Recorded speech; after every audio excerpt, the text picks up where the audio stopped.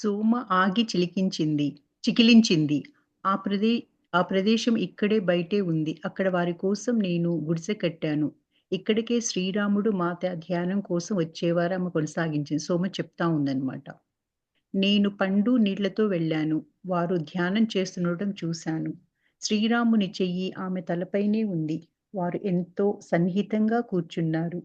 నేను బుట్ట కూజా కింద పెట్టేసరికి మాత కొద్దిగా కళ్ళు తెరిచి, కృతజ్ఞతలు సోమా అంది. ఎంతో కరుణతో. నువ్వు చేసిన ప్రతిదానికి కృతజ్ఞతలు అని మళ్ళీ కళ్ళు మూసుకుంది. నేనేమీ మాట్లాడకుండా వెనుతిరిగి వచ్చాను. అయితే ఏదో నన్ను వెనక్కి తిరిగి చూసేటట్లు చేసింది. ఆమె నన్ను బలంగా లాగుతున్నట్లు అనిపించింది. దాంతో నేను గబగబా వెనుతిరిగి మాత లోకంలో కలిసిపోవటం చూశాను. ఇక్కడ మనకి తెలుసు గదండీ! సోమ మాత మనసులో ఏముందో, మాత అవసరాలు ఏంటో ఎప్పుడు కనిపెట్టుకుంటూ ఉంటుందామె. ఆమె జీవితమే మాత అనమాట. మాత కోసం అంకితమైన మనిషి ఈమ. అయితే వాళ్ళు ధ్యానం కోసం వెళ్తుంటే ఆమెకి చెప్పకపోయినా గానీ వాళ్ళకవసరమవుతాయి అని ఆమె పండ్లు, నీళ్ళతో వెళ్ళిందనమాట. అయితే ఆమె ఎప్పుడు తపన చెందుతుంది. మాత ఎప్పుడు వెళ్ళిపోతుందో ఈ లోకం వదిలేసి అని ఆ లోపల తపన ఉంటది. అందుకని సీతామాత ఆమెని కరుణించాలని ఆమెకి తెలియజేస్తదనమాట. ఇక్కడ ఏంటి నేను వెళ్ళిపోతున్నాను. నువ్వు అంటే ఆమె కళ్ళతో ఆమె చూస్తే తప్పితే ఆమె కాంతిలాగా మారటము, ఆమె మనసు కుదుట పడదనమాట. ఆమెకు తెలియకుండా వెళ్ళిపోవడం అమ్మకిష్టం లేదనమాట. ఆమె చూడాలని ఆమెని బలంగా వెనక్కి లాగుతది అమ్మ. తను కాంతిలో కలిసిపోవడం చూడాలని. ఆహ్, ఎందుకంటే ఆ ఆనందం ఆమెకివ్వడానికి, ఆమె ఉన్న తపన బట్టి అమ్మ ఆమెకి ఆ అదృష్టం ఇస్తుంది.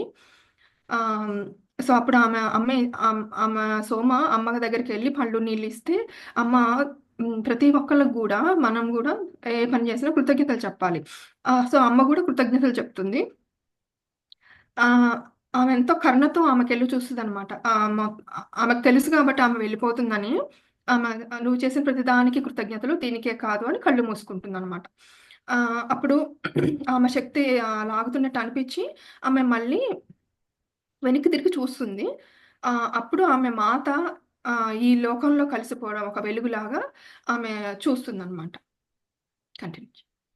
ముందుగా ఆమె శరీరం నుంచి గొప్ప కాంతి వెలువడింది. అది శ్రీరాముని చుట్టుముట్టి తరువాత వారిద్దరి నుంచి బయటకు వ్యాపించింది. అది అనేక కాంతి బిందువులుగా విడిపోయి అన్ని వైపులా వ్యాపించింది. వర్షపు మెరుపు ఆకాశాన్ని నింపి భూమి మీద పడినట్లు అడవినంతా కప్పివేసింది. నేను కాంతి ప్రవాహాలను అనుసరించి అది భిన్న వర్ణాలుగా ఇంద్రధనస్సు కాంతిలాగా విచ్ఛిన్నమవ్వడం చూశాను. అది భూమి, ఆకాశం ప్రతిదానిలోనూ ఐక్యమైపోయింది ఆ కాంతి. ఇక్కడ ముందు అమ్మ శరీరం నుంచి ఒక గొప్ప కాంతి బయటకొచ్చిందంట. ఆ తర్వాత అది శ్రీరాముని చుట్టుముట్టి ఆయన కాంతిలోంచి గూడా ఆయన ఎనర్జీ గూడా తీసుకొని అది ప్రపంచంలోకి వ్యాప్తి చెందింది ఆ కాంతి. ఆ కాంతి బిందువులుగా విడిపోయి ఎట్లా అంటే ఆహ్, దానికి ఎగ్జాంపుల్ చెప్తున్నారు. మెరుపెట్లయితే ఆకాశాన్ని నింపి భూమి మీద పడినట్లు అడిగినంత కప్పేస్తదో, అదే విధంగా అమ్మ యొక్క కాంతి గూడా భూమి అంతా కప్పేసిందనమాట. అది కప్పేసే ముందు తెల్లటి కాంతి ఇంద్రధనుస్సులాగా మారిపోయింది రకరకాల వర్ణాలతో. ఇంద్రధనుస్సులాగా మారిపోయి మళ్ళీ అది విచ్ఛిన్నమైపోయిందనమాట. సో, ఆ కాంతి భూమిలోను, ఆకాశంలోను ప్రతి దాంట్లో మొత్తం నిండిపోయింది అని చెప్తుంది ఇక్కడ సోమ. నేను అక్కడే ఆశ్చర్యంగా చూస్తూ ఉండిపోయాను. అయితే ఆ కాంతి పలచబడేసరికి ఆవిడ ఇక లేదు. సీతామాత లేదు. నేను నిస్పృహతో కుటీరానికి వెళ్ళాను. ముందు రోజు రాత్రి వచ్చిన లక్ష్మణ హనుమలతో ఏం జరిగిందో చెప్పాను. హనుమ నన్ను ఓదార్చగా లక్ష్మణుడు శ్రీరాముడు కూర్చున్న చోటికి పరిగెత్తాడు. మరునాటి ఉదయం వరకు రాముడు, లక్ష్మణుడు తిరిగి రాలేదు. వారిద్దరూ రావటం చూసిన నేను వారి వద్దకు పరిగెత్తాను. శ్రీరాముడు మాత వలె ముని దుస్తులు ధరించి ఉండడంతో మొదట నేను ఆయనను మాత అనుకున్నాను. కానీ దగ్గరికి వచ్చేసరికి ఆయన అని అర్థమైంది. మాత ఎక్కడా కనబడలేదు. నేను ఆయన పాదాలపై పడి ఏడవసాగాను. మాత వెళ్ళిపోయింది. మన వద్ద నుంచి వెళ్ళిపోయిందని సోమ ఏడవసాగింది. ఇక్కడ ఆశ్చర్యంగా ఆమె అలా జరుగుతుంటే చూస్తుండిపోయిందనమాట. అయితే ఇంక ఆ కాంతి పలచబడిపోయి ఆమెకు కనిపించలేదనమాట ఇంక. అప్పుడు ఆమె నిస్పృహతో అంటే అమ్మ వెళ్ళిపోయిందన్న బాధతో కుటీరానికొచ్చింది. వచ్చినప్పుడు లక్ష్మణుడు, హనుమలు అక్కడికొచ్చారనమాట. అదే రోజు రాత్రి వచ్చారు వాళ్ళు. ముందు రోజు రాత్రే వచ్చారక్కడ. వాళ్ళక్కడ ఉన్నారు గదా! వాళ్ళకు చెప్పిందనమాట ఏం జరిగిందో. అప్పుడు హనుమంతుడు సోమని ఓదారుస్తాడు బాధపడొద్దని. లక్ష్మణుడేమో శ్రీరాముడు కూర్చున్న దగ్గరికి పరిగెత్తాడు. ఎందుకంటే శ్రీరాముడు ఎలా ఉన్నారో ఆ మాత లేకుండా అనేసి. అప్పుడు వాళ్ళిద్దరూ ధ్యానంలో ఉంటారు. లక్ష్మణుడు, రాముడు. వాళ్ళింకా తిరిగి రారనమాట అక్కడి నుంచి. తర్వాత ఉదయంకి ఆ రోజు ఉదయానికి వాళ్ళు తిరిగొస్తారు. అప్పుడు ఇక్కడ సింబాలిక్‌గా చెప్తున్నారు శ్రీరాముడు మాత వలె మునిమిదిస్తులు ధరించారు అని. అంటే ఆయన అక్కడ అర్థం చేసుకోవాల్సిందేంటంటే శ్రీరాముడు మాత యొక్క డ్యూటీ ఇంక ముందు అమ్మ ఏం చేసిందో ఇప్పటివరకి ప్రేమ బీజాలను వాళ్ళకి నాటెత్తటము భూమి మీద. అది ఇప్పుడు శ్రీరాముడు చేయబోతున్నారని మనం అర్థం జేసుకోవాలి. శ్రీరాముడు, మాత ఒకటైపోయారిప్పుడు. అమ్మ పని శ్రీరాముడు చేస్తారు. శ్రీరాముడు పని లోకాల్లో, పై లోకాల్లో అమ్మ చేస్తుంది. అట్లా అని అర్థం జేసుకోవాలి మనమిక్కడ. అందుకే అది అట్లా చెప్పకుండా మనకి శ్రీరాముడు మాత వలె ఉన్నారు, మాత వలె దుస్తులు ధరించారు అని చెప్పారనమాట. అంటే ఇప్పుడు అమ్మ జేయాల్సిన పని, శ్రీరాముడు జేయాల్సిన పని శ్రీరాముడే జేస్తారనమాట ఇక. ఇక ముందు నుంచి. ఇప్పుడు అమ్మ, శ్రీరాముడు ఒకటైపోయారు గాబట్టి ఆయనను చూడగానే ఆ ఎనర్జీస్ అన్నమాట. ఎనర్జీస్ ఒకటైపోయాయి. అమ్మ తన ఎనర్జీస్ అంతా శ్రీరాముడిలో ఐక్యం చేసి వెళ్ళిపోయింది గదా! ఆయన ఎనర్జీస్ ఒక్కలా ఉండటం వల్ల శ్రీరాముడు గూడా మాతలాగానే కనపడ్డాడు సోమకి. అదే అన్నమాట. ఇది ఫిజికల్‌గా కనిపించడం కాదు. ఇక్కడ ఎనర్జీ చెప్తున్నారన్నమాట. ఇప్పుడు ఒక ఎగ్జాంపుల్ తీసుకుంటే భరతుడు 14 ఏళ్ళు రామ రామ అని తపస్సు చేసుకుంటా రాముడి కోసమే ఆలోచించుకుంటా రామనామం జపం చేసుకుంటూ ఉంటాడు. ఆ 14 ఏళ్ల తర్వాత హనుమంతుడు భరతుడి దగ్గరికొచ్చి రాముడు ముందు చెప్తాడు. "నేనొక్క క్షణం ఆలస్యమైనా నా తమ్ముడు చితి పేర్చుకొని చనిపోతా అన్నాడు. అంటే ఈ శరీరం వదిలేస్తా అన్నాడు. నువ్వు వెళ్లి ముందే చెప్పేసేయి మేమొస్తున్నామని రాముడు హనుమంతుడిని పంపిస్తాడు భరతుడి దగ్గరికి. ఆయన ఒక ప్లేస్‌లో ఉంటాడు గదా! రాముడు రాజ్యం చివర్లో. పొలిమేరలో. ఒక దగ్గర కుటీరం కట్టుకొని రాముడు ఏం తింటాడో అదే తింటాడు. రాముడు ఎలా బట్టలేసుకుంటాడో అలానే యేసుకుంటాడు. మొత్తం రాముడు తను ఒకటే ప్రాణం అన్నట్లుగా చేస్తాడు. అప్పుడు హనుమంతుడు వచ్చి భరతుడిని కలిసినప్పుడు ఆ భరతుడిలో అతనికి భరతుడు కనపడ్డంట. రాముడు కనిపిస్తాడట. రాముడు ఇక్కడున్నాడేంటి అనుకుంటాడంట హనుమంతుడు. ఒక కొద్దిసేపు. కానీ తర్వాత మళ్ళీ అతను రాముడు కాదు అతను భరతుడని తెలుసుకుంటాడు. తెలుసుకొని దగ్గరికెళ్ళి ఇట్లా రాముడు చెప్పమన్నారు. వాళ్ళు బయలుదేరారు. మీరు ఇంకా ధైర్యంగా ఉండండని చెప్పడానికొస్తాడనమాట అప్పుడు. అదే సేమ్ ఇన్సిడెంట్ ఇక్కడ గూడా జరుగుతుంది. ఏంటి శ్రీరాముల్లో సీతామాత. అక్కడేంటి అక్కడ గూడా రాముడి యొక్క ఎనర్జీసు భరతుడిలో ప్రవేశిస్తాయి. ఎందుకంటే మనం ఏదైతే చూస్తామో, ఏదైతే ఆలోచిస్తామో ఆ ఎనర్జీస్ మనలో ఉంటాయన్నమాట. అది ఇక్కడ ఒక్క లైన్‌లో మనకు అంత ఇన్ఫర్మేషన్ మనకు చెప్పారు సోమ. అయితే ఆయన చూడగానే రాముడిని చూడగానే సోమ బాగా దుఃఖపడుతుంది. అప్పుడు ఆయన పాదాలపై పడి ఏడుస్తుందనమాట. ఎక్కడా లేదు మాత అనేసి. మన వద్ద నుంచి వెళ్ళిపోయింది అని. శ్రీరాముడు నన్ను లేపి నా కళ్ళల్లోకి ఆయన మాత్రమే సాధ్యమైనంత శాంతితోనూ, స్థిరత్వంలోనూ చూస్తూ తీయగా, "నువ్వు ఆమె వెళ్తుంది అనుకుంటేనే వెళ్తుంది సోమా! నీ మనస్సును నిన్ను వంచననివ్వకు. ఆమె వెళితే లోకమే అంతమవుతుందన్నాడు శ్రీరాముడు. తరువాత కొన్ని రోజులు కలలాగనే గడిచాయి. శ్రీరాముడు, లవకుశులను తమ తల్లి మార్పు చెందిన వాస్తవానికి సంసిద్ధులను చేశారు. బాలుర విద్యాభ్యాసం ముగిసే వరకు వారు ఆశ్రమంలోనూ, మందిరంలోనూ గడిపేటట్లు కాల విభజన చేశారు. ఆ విధంగా వారు తమకు ఎంత మాత్రమూ అలవాటు లేని అయోధ్యలో జీవితానికి అలవాటు పడగలరు. నేను బాలుర సంరక్షణ కొనసాగించాను. హనుమ వచ్చి వెళ్తున్నాడు. ఆయన నన్ను జాగ్రత్తగా చూసుకుంటూ నాకు ఆహారం తెస్తున్నాడు. మాత ఆయనలో నుంచి ప్రవర్తిస్తున్నట్లుగా మా పాత్రలు తారుమారే మాత నన్ను శ్రద్ధగా చూస్తున్నట్లుగా ఉంది. అది నాకు కొత్త విషయం అయినా గొప్ప సంతృప్తిని ఇచ్చింది. లవకుశులు పూర్తిగా మందిరానికి మారేటప్పుడు శ్రీరాముడు నన్ను కూడా రమ్మన్నాడు. కానీ నేను ఈ చోటు వదలలేదు. ఇక్కడ ఏం చెప్తున్నారంటే శ్రీరాముడు తనను దుఃఖపడుతున్న సోమాని లేపి శ్రీ మాత అంతటా ఉంది. నీ మనసు చెప్తుంది లేదు, లేదు అనంటే ఫిజికల్ బాడీ లేకపోయినంత మాత్రాన ఆ ఎనర్జీ మనకు చుట్టూ ఉంటుంది. అని అది ఎవరైనా సరే మాత అనే కాదు, మనం కూడా మన ఫిజికల్ బాడీని వదిలాక కూడా మన ఎనర్జీ ఈ ప్రపంచంలోనే ఉంటుంది. ఎక్కడికి పోదు గదా! మన శరీరం మాత్రమే పోయేది. కానీ మన ఆత్మ ఎప్పుడూ ఉంటుంది గదా! ఎటర్నల్ గదా! అదే చెప్తున్నారిక్కడ. ఆయన శ్రీరాముడి యొక్క శాంతి భావంతో మాట్లాడతారాయన. స్థిరంగా, శాంతిగా, తియ్యగా ఆయన మాట్లాడతారు. శ్రీరాముడు మితభాషి, హితభాషి, పూర్వభాషి. పూర్వభాష అంటే అందరికంటే ముందే మాట్లాడతారనమాట. ముందే మందలిస్తారు ఎవరైనా కనపడగానే. చాలా తక్కువగా మాట్లాడతారు. చాలా హితంగా మాట్లాడతారనమాట. అది శ్రీరాముడి యొక్క గొప్పతనం. ఆ తర్వాత ఆయన శ్రీరాముడు ఏం చేస్తారు లవకుశలకి కొన్ని రోజులు ఆమెకు కలలాగా గడిచాయి. అంటే అమ్మ ఉన్నట్లుగానే ఫీల్ అవుతుంది ఆమెకి. కానీ కనపడిచదు ఫిజికల్‌గా. అదే అన్నమాట. అయితే అప్పుడు శ్రీరాముడు లవకుశల్ని వాళ్ళ అమ్మ ఇలా జ్ఞానంలో మార్పు చెందింది, కాంతిగా మార్పు చెందింది అనే వాస్తవానికి సంసిద్ధుల్ని చేస్తారు. అప్పుడు వాళ్ళు విద్యాభ్యాసం మీరు ముగించే వరకు ఇక్కడ ఆశ్రమంలో కొద్ది రోజులు, మందిరంలో కొద్ది రోజులు ఉండేట్టు వాళ్ళు మారుస్తారు. ఎందుకంటే ఒకటేసారి మార్పంటే ఎవరికైనా కష్టంగా ఉంటుంది. కొంచెం కొంచెంగా మారాలి ఎవరమైనా. సో, అందుకని పిల్లల్ని అక్కడ మళ్ళీ వాళ్ళు కంప్లీట్‌గా వెళ్ళిపోవాలి ఎప్పుడైనా సరే మందిరానికి. కానీ ఇక్కడ అలవాటయ్యారు కాబట్టి కొద్ది రోజులు అక్కడ, కొద్ది రోజులు ఇక్కడ చేయడం వల్ల స్లోగా వాళ్ళు మందిరానికి అలవాటు పడితే, ఆ విద్యాభ్యాసం అయ్యేలోపు మందిరంలో ఉండటానికి వాళ్ళ మనసు వాళ్ళకి సహకరిస్తుందనేసి అలా ఆయన చాలా ముందు చూపుతో శ్రీరాముడు అలా విభజన చేశారనమాట. ఆ తర్వాత వాళ్ళు అయోధ్యలో జీవితానికి అలవాటు పడగలరు అని అనుకున్నారు అలా చేయడం వల్ల. అయితే సోమకి అమ్మ ముందే చెప్తుంది. నా పిల్లల్ని చూసుకోవాలి, నా మనవరాల్ని ఎత్తుకోవాలి నువ్వని. సో, ఆమె ఇంగ తల్లి లేని మాత లేని దుఃఖం ఉండదింక అప్పుడు. ఎందుకంటే, ఆ పిల్లల్లోనే వాళ్ళని చూసుకుంటూ ఆమె పిల్లల్ని చూసుకుంటుంది బాగా. హనుమంతుడికి గూడా ఆ బాధ్యత అప్పజెప్తుంది. సోమ బాధ్యత, పిల్లల బాధ్యత.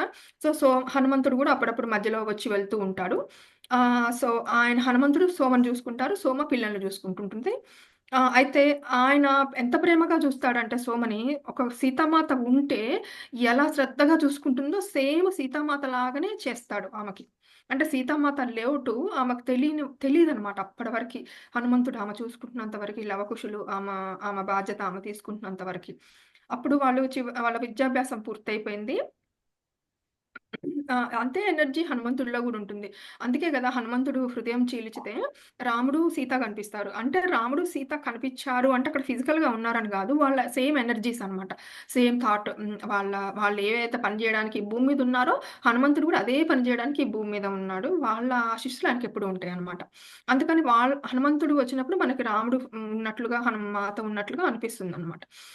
ఇక్కడ మందిరానికి శ్రీరాముడు కూడా అయితే వాళ్ళ విద్యాభ్యాసం అయిపోగానే లవకుశులు మందిరానికి తీసుకెళ్లారు. అయోధ్యకి తీసుకెళ్లారు. తీసుకెళ్ళినప్పుడు శ్రీరాముడు సోమను గూడా రమ్మన్నారు వాళ్ళతోటి. కానీ అమ్మకి ఆ చోటు సోమకి ఆ చోటు వదిలి రావడం ఇష్టం లేదనమాట.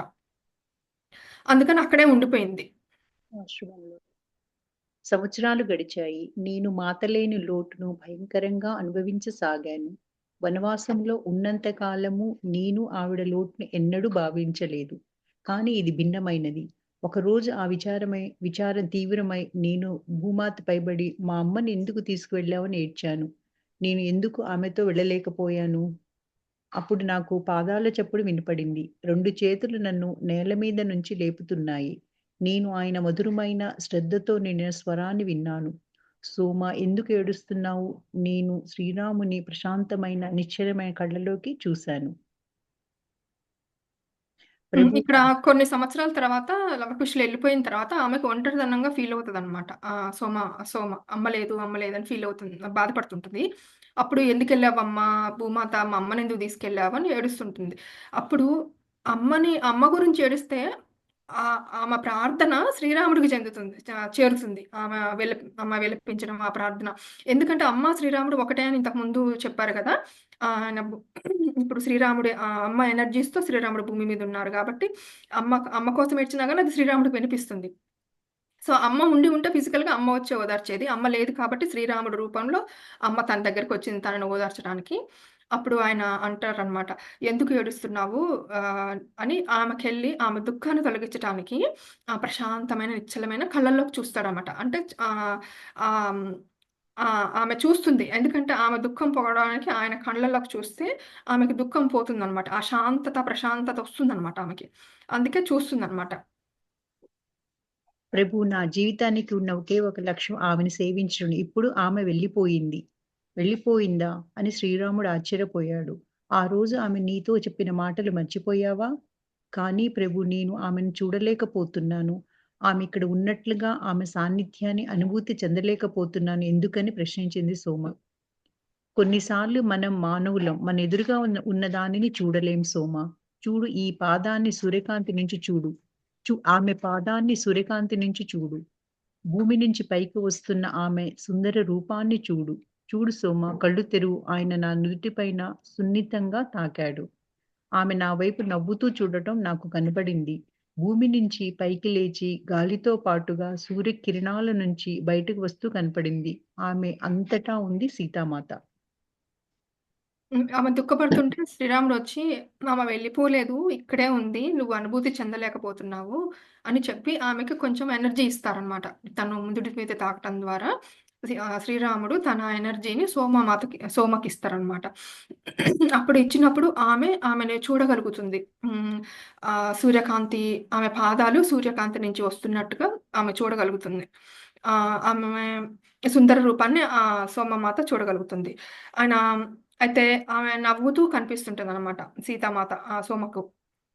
ఎట్లా వస్తుందంటే గాలితో పాటుగా వచ్చే సూర్యకిరణాల నుంచి బయటకొస్తూ ఉంటుందమ్మ. అప్పుడు ఆమె అర్థం చేసుకుంటుంది. నేను అమ్మకు దూరం అవ్వలేదు. అమ్మ ఇక్కడే ఉంది అమ్మ, అంతటా ఉంది అని సోమకి అర్థమవుతుంది. శ్రీరాముడు మాతో కొన్ని గంటల పాటు ఉండి భోజనం చేసి వెళ్లారు. అప్పుడు వెళ్ళిన ఆయన ఆశీస్సులు నాలో ఇప్పటి వరకు ఉన్నాయి. నేను ఎటు చూసినా మాత కనిపిస్తుంది. అందుకే నేను ఆమెతో పాటు ఇక్కడే కొనసాగుతున్నాను. మా కుటీరాలు 2 ఆశ్రమానికి చెందినవి కాబట్టి నేను వారితో అడవిలో మాత ధ్యానం చేసే చోట చిన్న గుడిసె నిర్మించుకున్నాను. ఆ విధంగా నేను ఇక్కడ ఉంటున్నాను. శ్రీరాముడు ప్రతి సంవత్సరము మాత రూపాంతరపు వార్షికోత్సవం రోజున లవకుశులను ఇక్కడికి తీసుకువస్తారు. నేను వారి కుమార్తెలను మాత యొక్క మనవరాళ్లను ఆమెకు మాట ఇచ్చినట్లే ఎత్తుకున్నాను. అయితే శ్రీరాముడు ఈ ప్రపంచాన్ని వదిలి వెళ్ళిన తరువాత నేను లవకుశులను ఎక్కువగా చూడలేదు. అప్పుడు శ్రీరాముడు కొన్ని గంటల పాటు తనతో ఉండి భోజనం చేసి వెళ్తారట. అంటే ఆమెకు వండి పెట్టడం ఇష్టం కాబట్టి ఆమెతోటి వండి పెట్టించుకొని ఆమెకి శాంతినిచ్చి ఇంకా అప్పటి నుంచి ఆయన ఆశీస్సులిచ్చి వెళ్ళిపోతారు.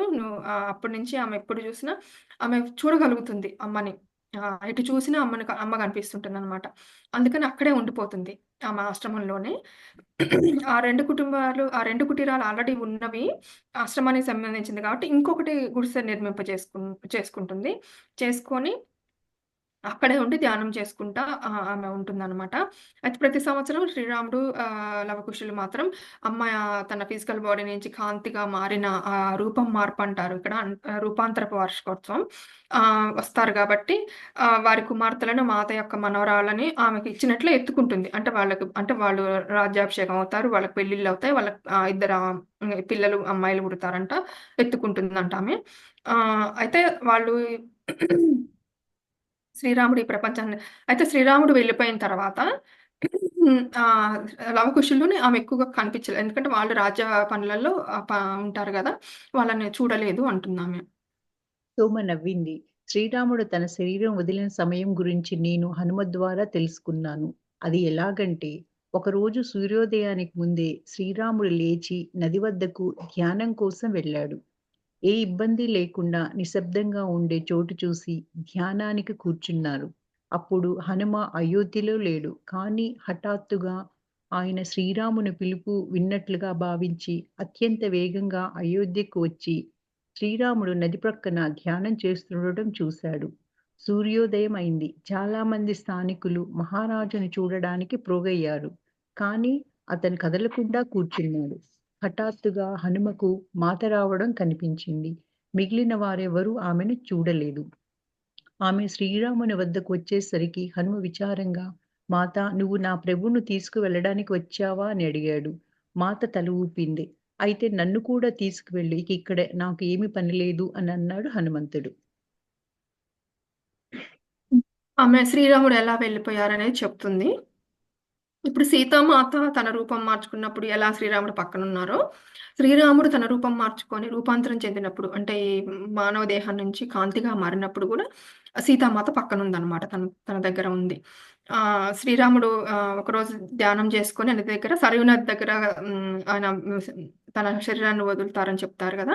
ఆ సరయూ నది దగ్గరికి వెళ్లి ధ్యానం చేసుకుంటూ అప్పుడు మాత వచ్చింది గమనించగలుగుతుంది ధ్యానం చేస్తున్నప్పుడు. హనుమకు అర్థమవుతుంది అమ్మ వచ్చిందంటే శ్రీరాముడిని గూడా తీసుకెళ్ళడానికే వచ్చింది అని. అక్కడ ఆల్రెడీ మహారాజుని చూడటానికి చాలా మందొచ్చారు. ఆయన కదలకుండా కూర్చున్నాడు. హనుమకు మాత్రమే కనిపించిందమ్మ. అప్పుడు అడుగుతాడు, మాత నువ్వు శ్రీరాముడిని తీసుకెళ్ళడానికి నా ప్రభువుని తీసుకెళ్ళడానికి వచ్చావా? అంటే అవును అంటుందమ్మ. అయితే అప్పుడు నన్ను కూడా తీసుకెళ్ళు ఇక్కడ నాకేం పని లేదు అని అడుగుతాడు హనుమంతుడు. ఆమె తన తల పంకించింది. పుత్ర హనుమ, నువ్విక్కడ ఈ కాలచక్రం అంతం వరకు ఉండాలి. మాకు బదులుగా ఈ లోకాన్ని పోషించాలి. హనుమ, మాత లేదా శ్రీరాముడు ఎవరు చెప్పినా తాను కాదనలేను. మీ ఇద్దరి స్వరాలు ఒకటే అయిపోయినట్లు ఉన్నాయి అన్నాడు హనుమ. ఇక్కడ ఉండాలి నువ్వింకా. మా బదులుగా ఈ లోకాన్ని నువ్వే పోషించాలి నీ ప్రేమతోని అంటారు. అప్పుడు హనుమంతుడు చెప్తాడు, మీరిద్దరి స్వరాలు ఒకలానే ఉన్నాయి. మీరిద్దరు ఒకటే అయిపోయారు అని చెప్తారనమాట. ఇంతకు ముందే వాళ్ళు అమ్మ ఈ లోకం నుంచి వదిలి వెళ్ళేటప్పుడే శ్రీరాముడు, మాత ఒకటైపోయారింక. ఇప్పుడు హనుమంత్ మళ్ళొకసారి మనకు చెప్తున్నారు. ఇద్దరు ఒకటైపోయారు. ఇద్దరి గొంతులు గూడా ఒకలానే ఉన్నాయి. మీరెవరు చెప్పినా నేను పాలిస్తాను ఆ మాటని అని చెప్తారు హనుమ. మాత శ్రీరాముని పక్కన కూర్చుంది. ఒక్క క్షణం శ్రీరాముడు కళ్ళు తెరిచి హనుమ వైపు చూశాడు. హనుమ, నువ్వే మా కళ్ళు చెవులు, మా కాళ్ళు చేతులు, ప్రపంచాన్ని పోషిస్తూ సేవ చేస్తూ ఉండు. మా హృదయాలు నిరంతరము ప్రతి ఒక్కరికి ప్రతిదానికి ప్రేమ పంపుతూ ఉంటాము. అది నీవు గ్రహించి అందించు. అందుకే నీవు భూమి మీదకు వచ్చావు. దానివల్ల ఈ కాలచక్రమంతా మా ప్రేమను నీవు ముందుకు తీసుకువెళ్ళగలవు అన్నాడు శ్రీరాముడు. మామూలుగా మన పుస్తకాల్లో ఉంటుంది. హనుమంతుడు ఎంతవరకు ఉంటాడంటే, శ్రీరాముడు, సీతామాత పేర్లు వినపడేంత వరకు ఈ భూమి మీద ఉంటారని అంటారు. ఆహ్, అందులో ఆమె చెప్తుందనమాట. నీ ద్వారా ఆహ్, నీ నీ ద్వారానే ఇది అన్నీ అందరికీ మా ప్రేమ అందుతుంది. ఆహ్, అందుకే నువ్వు వచ్చావు. మా ఇద్దరి ప్రేమను నువ్వు అందరికి ముందుకు తీసుకెళ్ళాలి అని చెప్తుందమ్మ హనుమంతుడికి. ఈ మాటలు అన్న తర్వాత ఆయన కళ్ళు మూసుకున్నాడు. మాత తన చేతిని శ్రీరాముని చేతిపై ఉంచింది. శ్రీరాముని శరీరం కొన్ని లక్షల కాంతి బిందువులుగా విడిపడి ఆ నదిపైన చెట్లు, ఆకాశం, భూమినంతా పరుచుకుంది. మాత కూడా తన భౌతిక రూపాన్ని ఆ విధంగానే వదిలింది. అలానే ఆయన కూడా, శ్రీరాముడు కూడా. ఆ కాంతి పలుచబడేసరికి ఎవ్వరి రూపమూ లేదు. ఆ విధంగా వారు తమ దేవలోకాన్ని తిరిగి చేరుకున్నారు. ఆ తర్వాత శ్రీరాముడు కళ్ళు మూసుకున్నాడు. హనుమతో సంభాషణ అయిపోయిన తర్వాత మాత ఆయన చేతిపై తన చేతినుంచింది. అప్పుడు శ్రీరాముడి శరీరం గూడా కొన్ని లక్షల కాంతి బిందువులుగా విడిపడి, అది గూడా ఆ నది పైన, ఆ చెట్లు, ఆకాశం, భూమంతా పరుచుకుంది. మాత కూడా తన భౌతిక రూపాన్ని ఈ విధంగానే వదిలిందని మళ్ళొకసారి సోమ చెప్తుంది.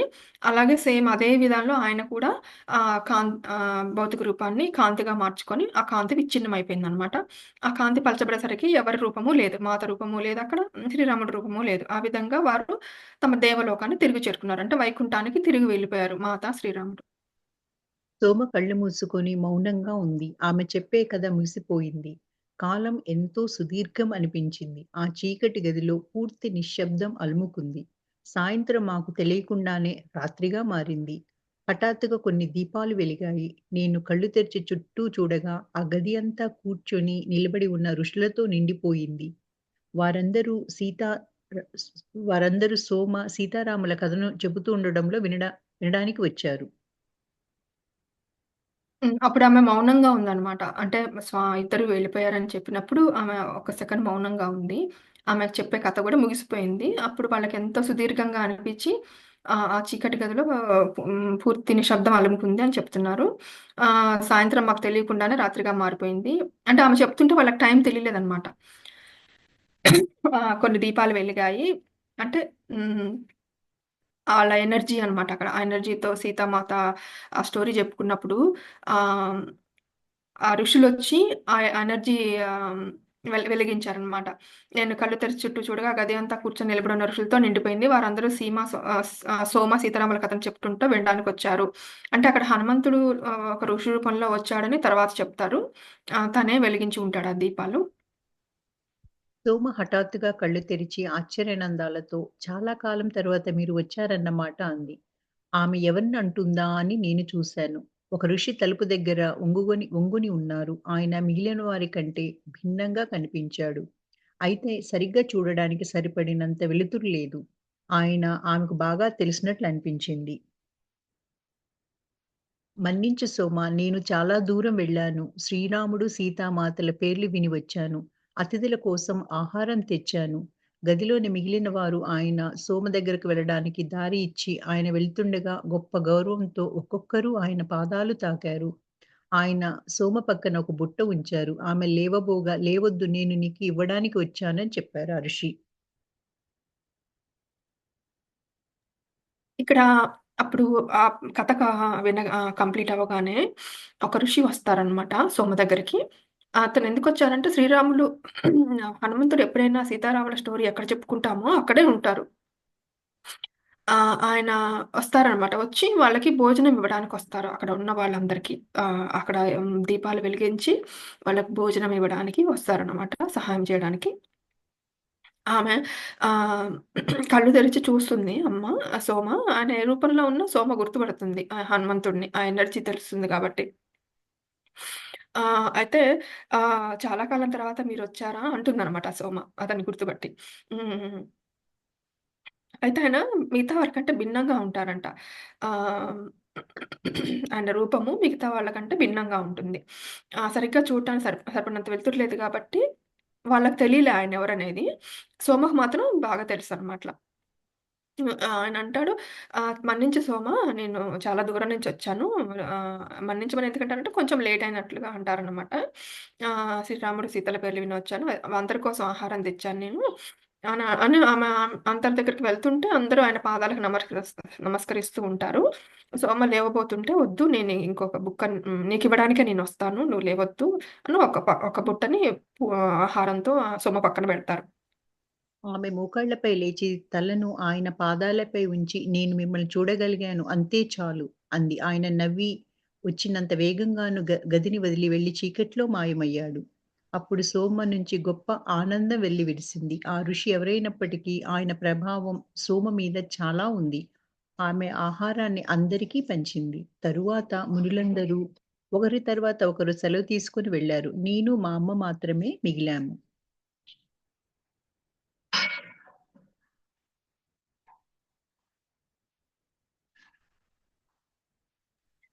అయితే అప్పుడామె లేసి ఆమె మోకాళ్ళపై లేచి తలను ఆయన పాదాలపై ఉంచుతుంది.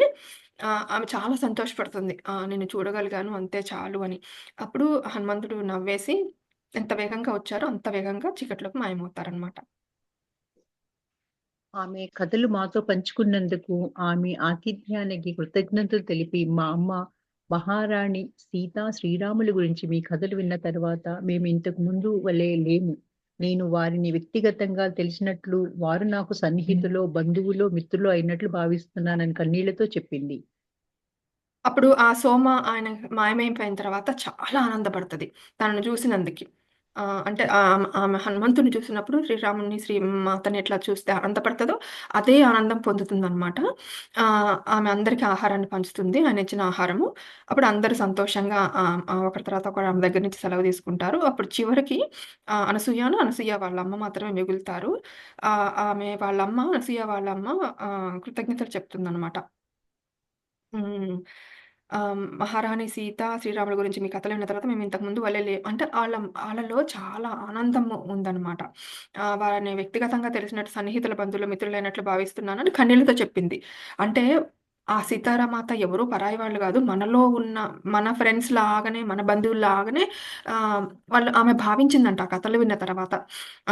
ఇప్పుడు మనకు కూడా అంతే అనిపిస్తుంది గదా! అమ్మ అంటే ఎవరో ఎక్కడో ఉన్న దేవత కాదు. అమ్మ మనలాంటి మనిషే.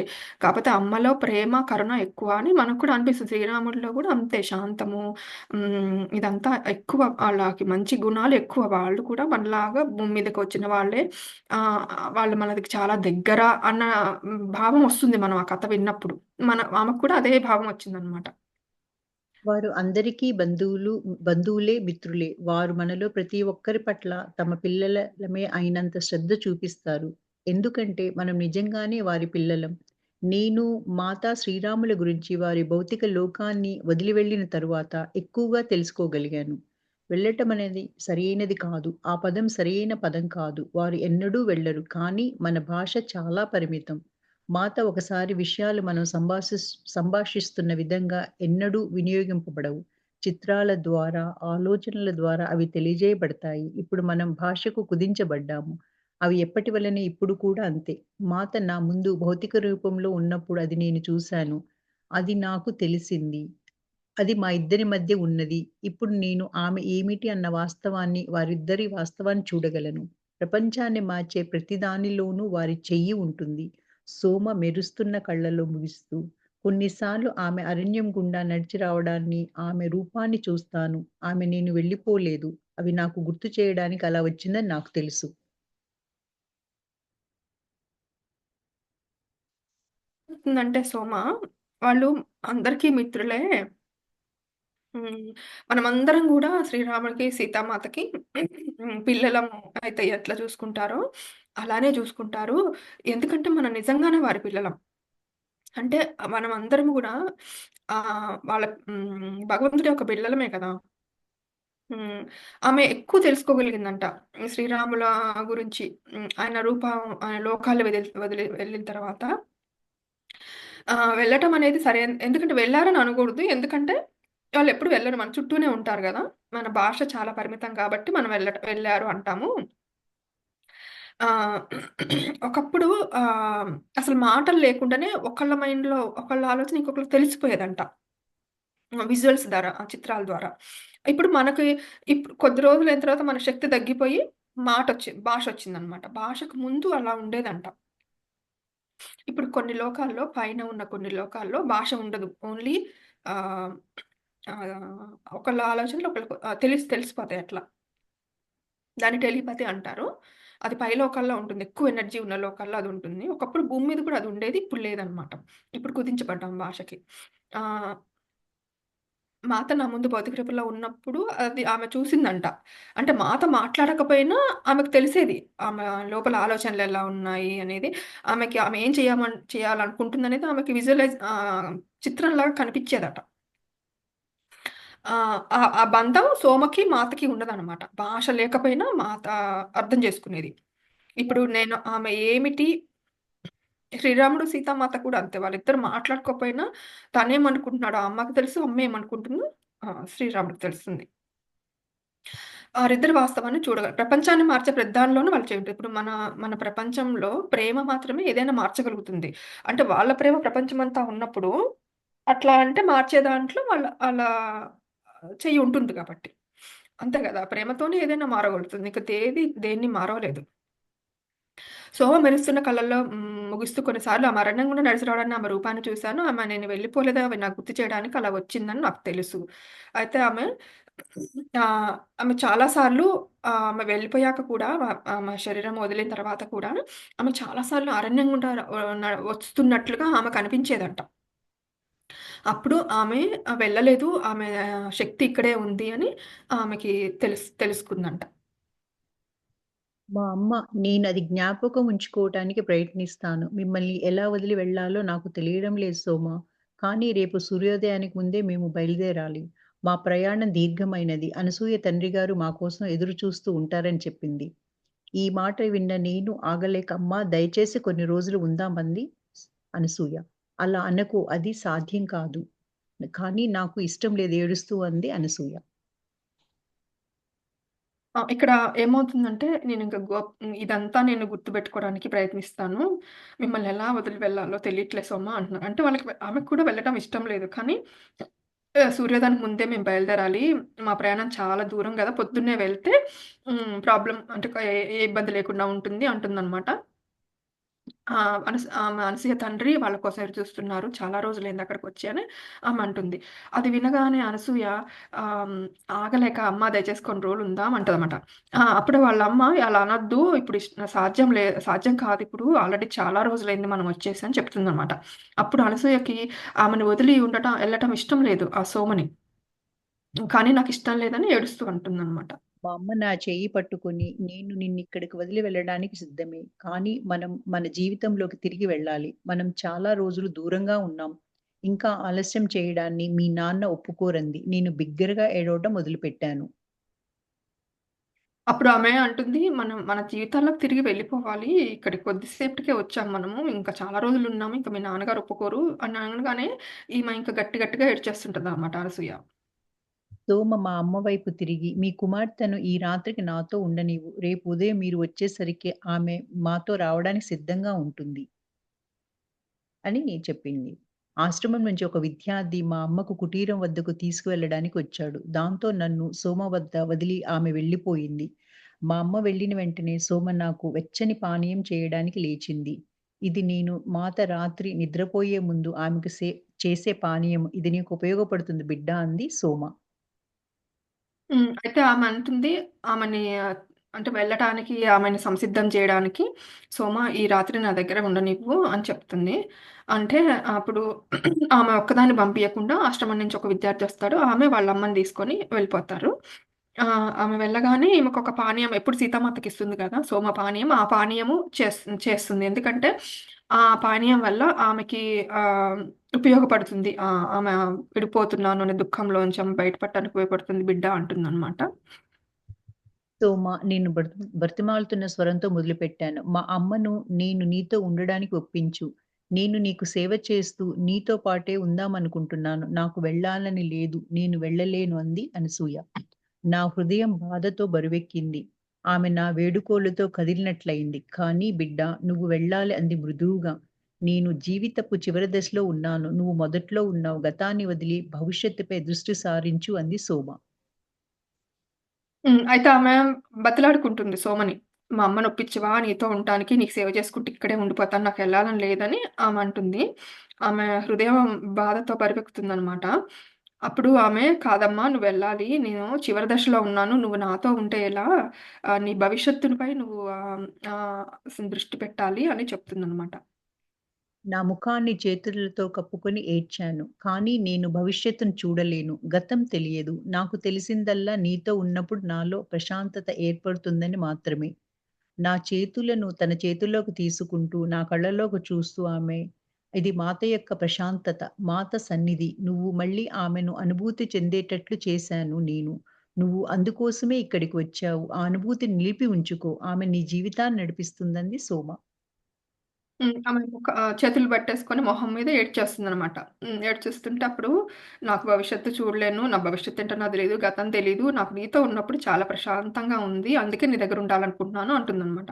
అన్నప్పుడు ఆమె చెప్తుంది, "ఇది నా ప్రశాంతత కాదు. ఇది మాత యొక్క ప్రశాంతత. ఈ మాత సన్నిధిలో ఉంటే ఎవరైనా ప్రశాంతంగా ఉంటారు. నువ్వు మళ్ళీ ఆమెను అనుభూతి చెందేటట్లు చేశాను నేను. ఆహ్" అంటుంది. "నువ్వు అందుకోసమే ఇక్కడికొచ్చావు. ఆ ప్రశాంతత కోసమే ఇక్కడికొచ్చావు నువ్వు. ఆ అనుభూతిని నిలిపి ఉంచుకో" అంటుందనమాట. ఆ అనుభూతే నిన్ను నీ జీవితాన్ని నడిపిస్తుంది అని చెప్తుంది. నా కన్నీళ్లు ఆగిపోయాయి. "నువ్వు అనేది ఏమిటి?" సోమ మాట్లాడలేదు. ఆమె నన్ను వంటశాల వైపు తీసుకువెళ్ళి, పొయ్యి రాజేసి, మూలికా పానీయం తయారు చేసింది. తరువాత మళ్ళీ లోనికి వెళ్ళగా ఆమె ఆ పానీయం నా చేతికి ఇచ్చి, మళ్ళీ మాట్లాడడం మొదలుపెట్టింది. "దీనిని త్రాగు నిద్రపడుతుంది. నేను చెప్పేది జాగ్రత్తగా విను. నేను చెప్పేది నీకు అర్థం కాకపోయినా, నీ లోపల అది సత్యమేనని తెలుస్తుంది. నీ గత జన్మ మిథిలలో నువ్వు జనక మహారాజు పరివారక కృత్యాలలో పరిచారకువు. మనం ఇద్దరం కలిసి అక్కడ పనిచేశాం. నీకు మాత పట్ల ఎంతో భక్తి ఉండేది. మన ఇద్దరం కలిసి అయోధ్యకు వచ్చాం. అయితే మాత వనవాసం నుంచి వచ్చేలోపు నువ్వు మరణించావు." ఆమె సుదూరంగా చూస్తూ కొనసాగించింది. జనక మహారాజు పరివార కృత్యాలలో ఒక యువకుడిని నిన్ను పెళ్లి చేసుకోవాలనుకున్నాడు. కానీ మీ నాన్న ఒప్పుకోలేదు. ఇప్పుడు నువ్వు పెళ్లి వద్దనటానికి కారణం ఇదే. నీ లోపల ఎక్కడో నీ తండ్రి పెళ్లి వద్దు అన్న జ్ఞాపకం ఉంచుకున్నావు. ఆయన నువ్వు పెళ్లి చేసుకున్నట్లయితే నీకు ఏదో భయంకరమైనది సంభవిస్తుందని భావించాడు. ఆ యువకుడు ఎంతో మంచివాడు. మాతకు అతనంటే చాలా ఇష్టం. అతను జంతువులను సంరక్షిస్తూ వాటి పట్ల ఎంతో ప్రేమతో ఉండేవాడు. మాత ఒకసారి జంతువులను అతని వలె ఎవ్వరూ ప్రేమించరని, అందుకోసం అతని పట్ల కృతజ్ఞతతో ఉంటానని చెప్పింది. అతను మళ్ళీ అయోధ్యలో జన్మించాడు. మీ నాన్న నీ కోసం ఎంపిక చేసింది అతనిని. అతనిని ఒప్పుకో బిడ్డా! అతని మాత పట్ల గొప్ప ప్రేమ ఉంది అంది తోమ.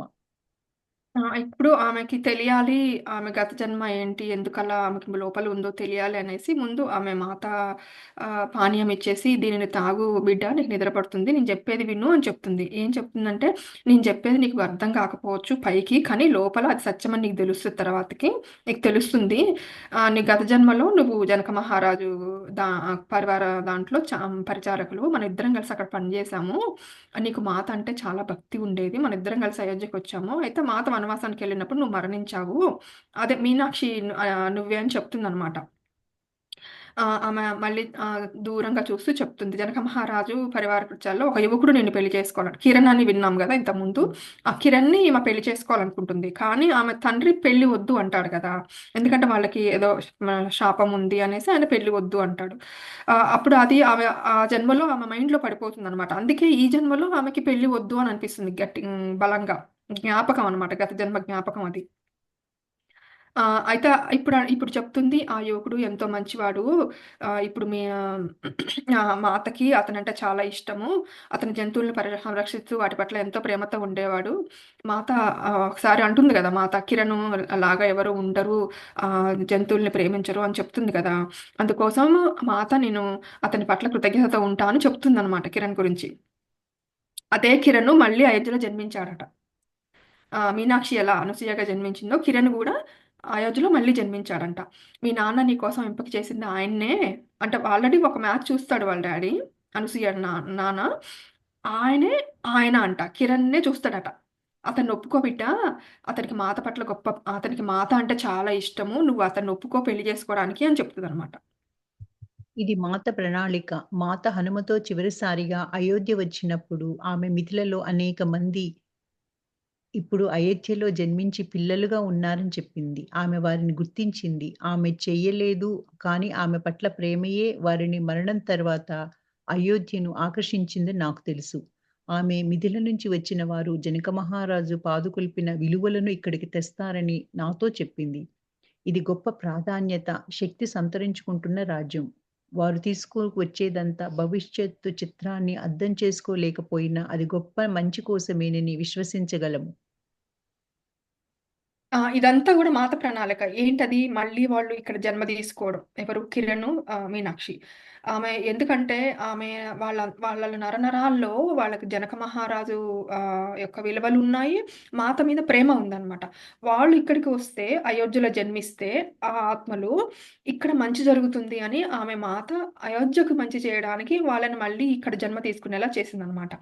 ఆహ్ ఆమె హనుమతో చివరిసారిగా అయోధ్య వచ్చినప్పుడు అంటే ఆహ్, ఒకసారి వస్తుంది కదా! అయోధ్య ఆమె చూడటానికి ఎలా ఉందో చూడాలి అనేసి. అప్పుడు హనుమతో చెప్తదట. చాలామంది మిథిలలో వాళ్ళు అయోధ్యలో జన్మ తీసుకున్నారు. పిల్లలుగా ఉన్నారని చెప్పిద్దంట. ఆమె వారిని గుర్తించిందంట. అంటే అనసూయని ఈ అనసూయ పెళ్లి చేసుకోబోయే అతన్ని మాత గుర్తించిందనమాట. ఆమె చెప్పలేదు కానీ, ఆమె పట్ల ప్రేమే వాళ్ళని మళ్ళీ అయోధ్యను ఆకర్షించేలా, ఆ సోల్స్‌ని అయోధ్యలో ఆకర్షించేలా తెలిసిందని ఆమె అనుకుంటుంది సోమ. ఆహ్, అయితే ఆమె ఏమంటుందంటే గొప్ప ప్రాధాన్యత, శక్తి సంతరించుకుంటున్న రాజ్యం గాబట్టి అయోధ్యలో మార్పొస్తే ప్రపంచమంతా మార్పొస్తుంది గదా! అలా అనుకోని వాళ్ళని అక్కడికి ఆ ఆత్మల్ని అక్కడికి తీసుకొస్తుంది. మళ్ళీ జన్మ తీసుకునేలా అమ్మ వాళ్ళని చేస్తుంది. వాళ్ళేమో అమ్మ మీద ప్రేమ వల్ల వాళ్ళు అక్కడికి ఆకర్షించబడతారు. ఇది గొప్ప మంచి కోసమేనని ఆమె విశ్వసించాలి మనము అని అంటుందనమాట సోమ ఇక్కడ. నేను ఆమె వైపు ఏ భావము లేకుండా చూశాను. నాకు వీటిలో ఏ ఒక్కటి జ్ఞాపకం లేదు. నీకు జ్ఞాపకం రాలేదని విచారపడకు. దానికి ఒక కారణం ఉంది. గతాన్ని తవ్వుకోవడం వల్ల ఏ ప్రయోజనమూ లేదు. జన్మకు ఏది అవసరమో అది చూడాలి. నీకు ముందు ఎన్నో ఆశ్చర్యాలు ఎదురవుతాయి. వీలైనంత వరకు మాతను పట్టుకొని ఉండంది సోమ. ఆమంత చెప్పినా గాని ఆమెకి ఒక్క జ్ఞాపకం గూడా రాదనమాట. తనెవరనేది.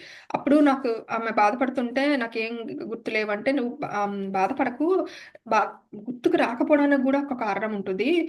మనం గతాన్ని తవ్వుకోవడం వల్ల ప్రయోజనం ఏముండదు. మనకి ఈ జన్మకి ఎంత అవసరమో అది చూస్తే చాలు. నీకు ముందు ఎన్నో ఎదురవుతాయి. కాబట్టి నువ్వు ప్రతిసారి గూడా మాతని పట్టుకొని ఉండు. నీ మనసులో ఆ అనుభూతిని, మాత యొక్క అనుభూతిని నువ్వు పట్టుకొని ఉండు" అని చెప్తుందనమాట.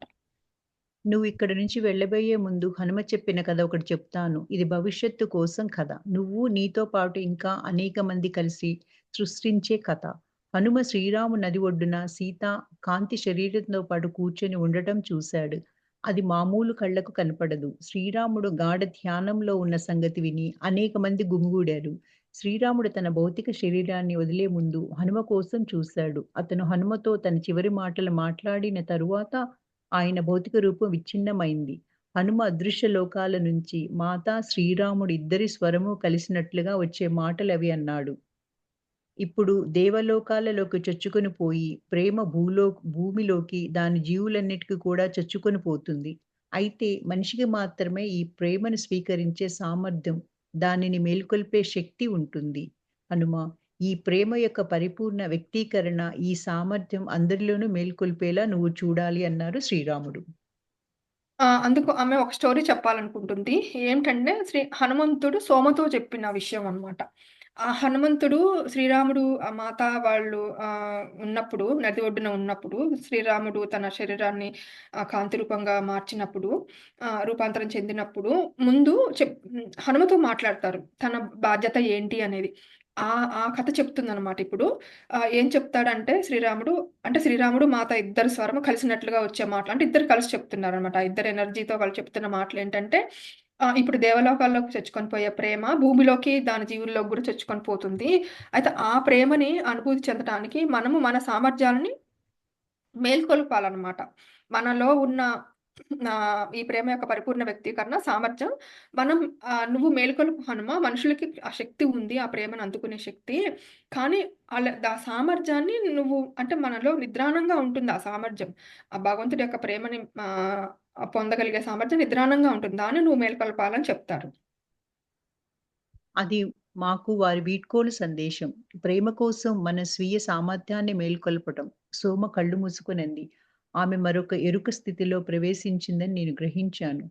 కొన్ని నిమిషాల తర్వాత ఆమె కళ్ళు తెరిచి కొనసాగించింది. ఆ ప్రేమ కేవలం మనసులకు చెందినది కాదు, వాస్తవంగా మారుతుంది.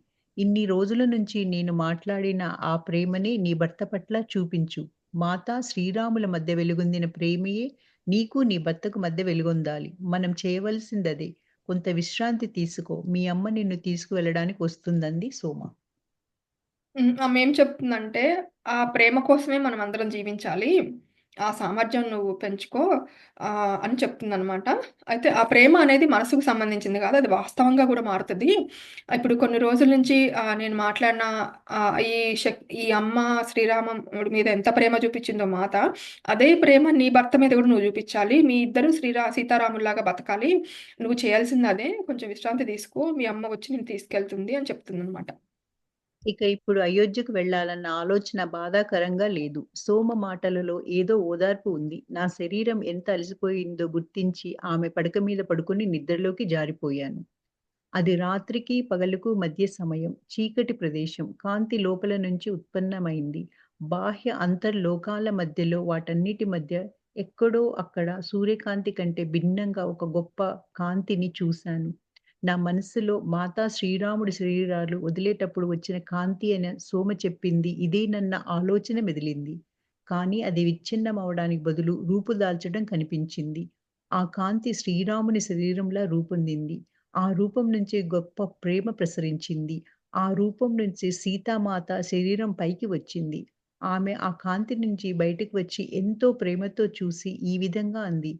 జరిగిపోయిన దానిని మర్చిపో. నీకు నూతన జీవనం మొదలైంది. ఇంకా జన్మించవలసిన ఈ ప్రపంచాన్ని సృష్టించడంలో మాకు సహాయం చేస్తావా అంది సీతామాత అనసూయతో.